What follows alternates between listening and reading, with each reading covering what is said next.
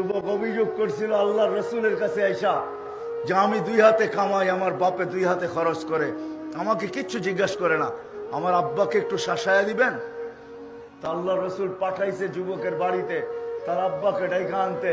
সাহাবী রসুল যা বলছে তোমাকে ডাকে আল্লাহ রসুল, ডাইকা পাঠাইছে, চলো। বলছে ওইখানে কে আছে? বলে কাউকে তো দেখি নাই, তোমার ছেলেকে বসা দেখছি। তো বাবা মনে মনে কবিতা পড়তে পড়তে আইতেছিলেন, বাবার মনে গাইথা গেছে, গায়া ফেলছে যে আমার ছেলে কোনো অভিযোগ করছে, নাইলে এই অবেলা ডাকবে তো ডাকবে কেন। তো মনে মনে কবিতা পড়তেছিলেন, ঠোঁটো হেলতে ছিল না, জিহ্ব নড়তে ছিল না, লম্বা কবিতা। জিবরিল আলাইহিস সালাম আগেই শুনায়া দিয়েছেন আসতেছে, কিন্তু মনে মনে কবিতা পড়তে পড়তে সালাম দেওয়ার পরে জবাব দিয়া কবিতাগুলো আগে শুনে নিবেন, কথা যা বলার তা পরে বলবেন।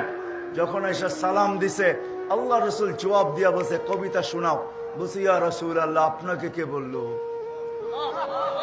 আল্লাহ রসুল বললেন নাব্বানিয়াল আলিমুল খাবীর, আল্লাহ জানায় দিছে বল কবিতা। এক একটা ছন্দ পড়তেছিল, আল্লাহর রসুলের চোখের পানিতে বুক ভাসতেছিল।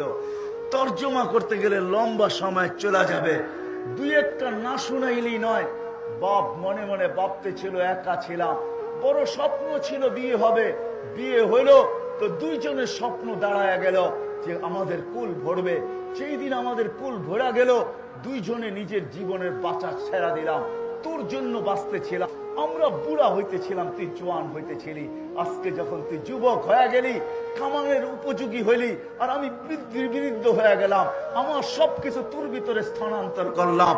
হয় দুনিয়ায় ব্লুটুথের মাধ্যমে নেওয়া হয়, দুনিয়ায় শেয়ার হিটের মাধ্যমে নেওয়া হয়, আমি এক কুদরতের মাধ্যমে আমার সমস্ত যৌবনী সবকিছু তোর ভিতরে স্থানান্তর করলাম। আর তুই আজকে যুবক হইলি, কামাইতে শুরু করলি, তুই আমাকে বাপ না ভাবতি, একজন বন্ধুও তো ভাবতে পারতি, একজন বন্ধু না ভাবতি, একজন প্রতিবেশীও তো ভাবতে পারতি।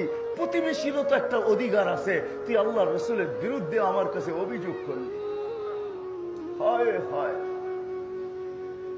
চোখে আল্লাহ রসুলের বুক বাইসা চাদর ভিজা গেছে, বাপকে তো দেখেন নাই, একটা খালি জায়গা তো দিলের ভিতরে রয়েই গেছে মৃত্যু পর্যন্ত।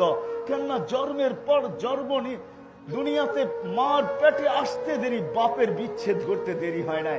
আল্লাহ রসুল তো বাপকে দেখেন নাই, বিজয় বিরাট বড় একটা শূন্যতা মৃত্যু পর্যন্ত রয়েই গেছে, বাপের শূন্যতা।